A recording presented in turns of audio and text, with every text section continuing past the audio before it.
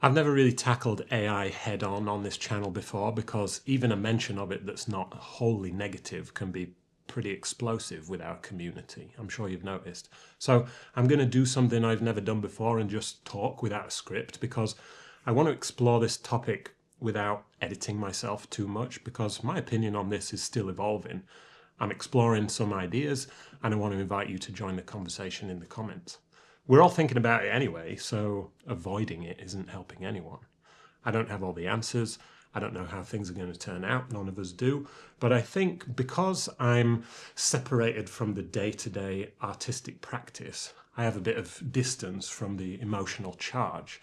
But please keep in mind, I work in this industry too, and my job is under pressure the same way yours is. And even in saying that, I can already feel myself hedging my bets and trying to soften the blow with you because I've seen firsthand what kinds of comments I get when I've talked about AI in the past.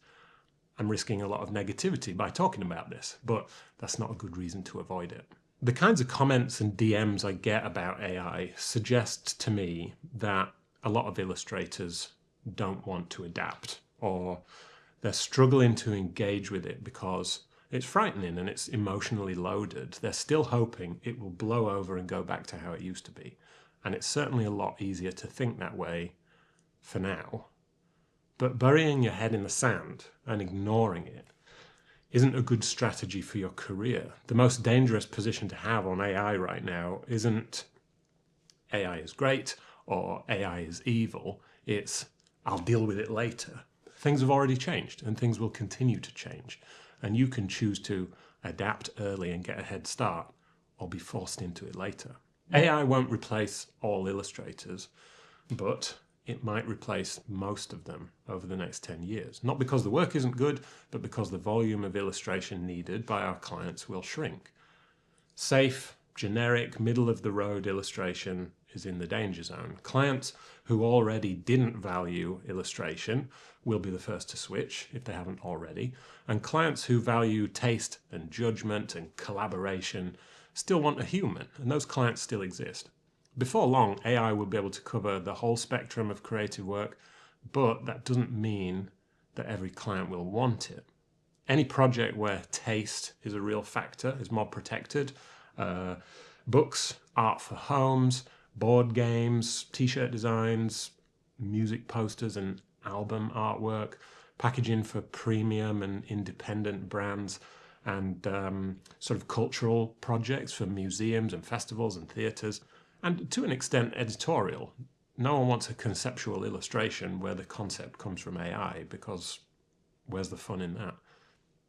Many creatively minded consumers won't be attracted to the products with AI-generated design. The majority of people, though, might not care or even notice. My parents couldn't tell the difference, for example, but there are still a lot of people who will recognize it and be immediately put off a product. And if a book cover is AI-generated, people may suspect that the book itself is written by AI, and that is a very real risk publishers have to consider, and they can't really take that risk. Some clients are already using AI in their briefs and in their workflow, and that decision probably isn't coming from their creative team, the designers and art directors. It'll be coming from the suits higher up the chain. They're pushing their employees to start experimenting and exploring the benefits, which is smart from a business point of view. And some clients are generating images in an Illustrator style and then asking the illustrator to finish it off. That shows a real lack of respect and awareness for the fears that we're facing, but if it saves that company money, they'll keep doing it. An illustrator who understands and accepts these new AI workflows is probably more hireable right now. Now, you can turn down a project on principle, but as it starts to happen more and more, you'll force yourself out of the running. I'm not saying you're wrong to say no. I'm saying there's a cost either way that you should be aware of. It sucks, but I think that's a very real possibility if you put a blanket ban on those kinds of projects and working with those kinds of clients. Thinking about adapting to the new reality is scary, but it's necessary. If you're not currently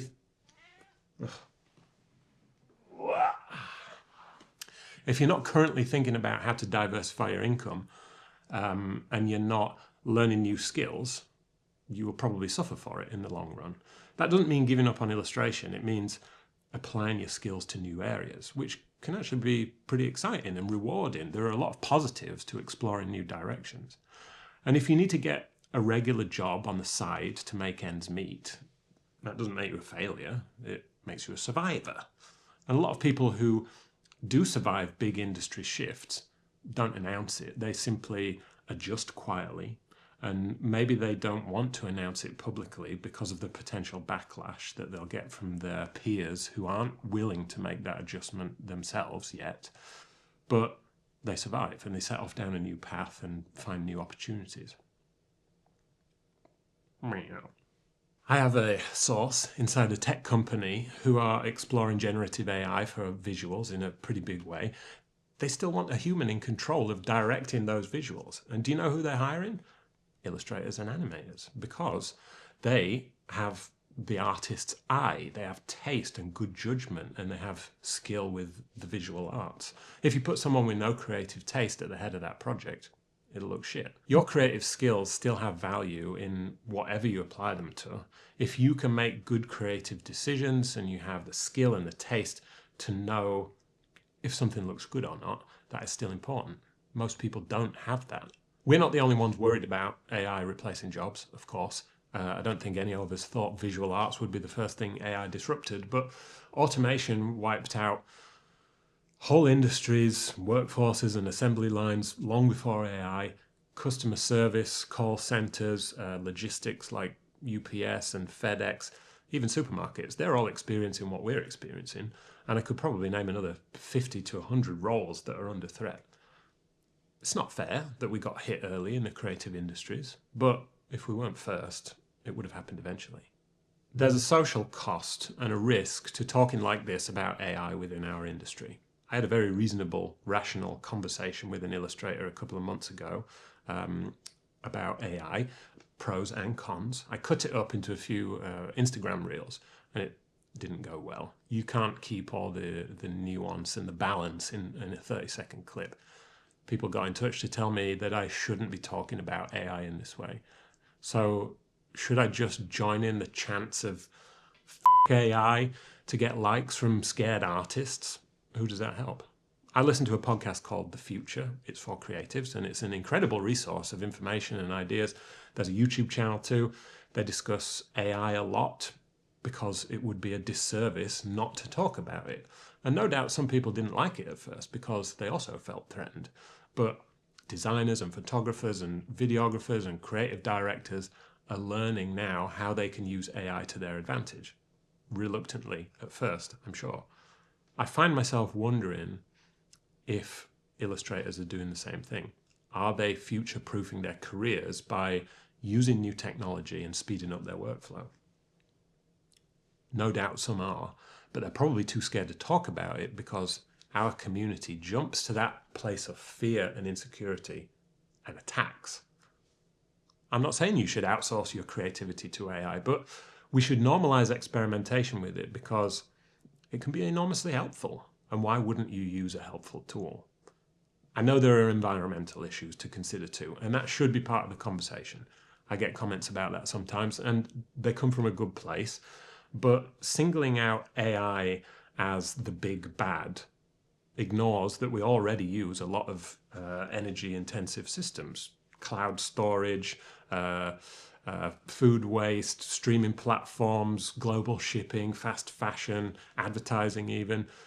Refusing to engage doesn't stop AI development, but it will remove us from the conversation if we don't engage with it. Our opinion on these factors just won't be heard. I have a quote here from this book, Super Agency. The subtitle is, "What could possibly go right with our AI future?" You'll never get the future you want simply by prohibiting the future you don't want. Refusing to actively shape the future never works. Short quote from an interesting chapter. But some illustrators are experimenting with AI quietly. They're not talking about it because the backlash isn't worth it. And that silence probably makes the community feel more polarized than it actually is.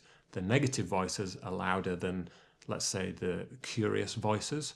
So not many people want to stick their neck out. When experimentation gets punished socially, people don't stop experimenting, they just stop talking about it. So for a lot of you, it might seem like no other illustrators are experimenting with AI, but they might be. I use AI for some tasks, as I'm sure many of you do. It doesn't replace my creativity or my ideas, but it does help me do a lot of work consistently. And there are some tools I could use, but I don't because some of my audience would abandon me. I've made a decision on where that line is for now. But I have a friend who runs a pretty large nature YouTube channel, and he experimented with some AI-generated thumbnails.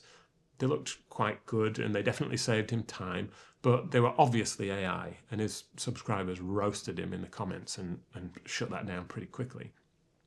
He tried it out, he got the feedback, and he won't use it again. Fair enough, it's a channel about the environment. It makes sense that his audience wouldn't like it. Could he have improved his workflow and grown his channel more easily with AI-generated thumbnails? Yeah, probably, but he listened to the feedback and made the decision to change course. That is a successful experiment. Meanwhile, another, even bigger nature YouTube channel is also using AI for its thumbnails, but they're using it in a more subtle way where nobody can really tell.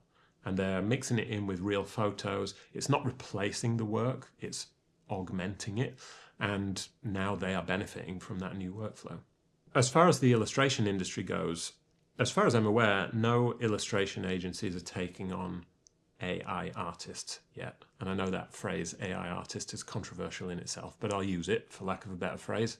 I'm sure you have some preferred phrases, but let's leave them out of the comments so it doesn't get too dark in there. One of the agencies will go first, and they will get a lot of hate for it, but they'll probably also see some success with it, commercially speaking, and make some money out of it. And when one of them has success, others will try it. And you might see AI sections popping up on agency websites in the next few years. It seems pretty unthinkable right now, but it will become more normal. I've been insecure about my position in the industry lately. I'm teaching people how to get into an industry that's struggling, and I'm conflicted. I think it's fair to question that. But the reason I talk about portfolios and fundamentals and marketing and professional standards isn't because I believe everybody should just push forward blindly. But if I can help a few people break through and survive, then I'm doing my job. When an industry gets harder, being generic or being half-arsed with it is a dangerous place to be.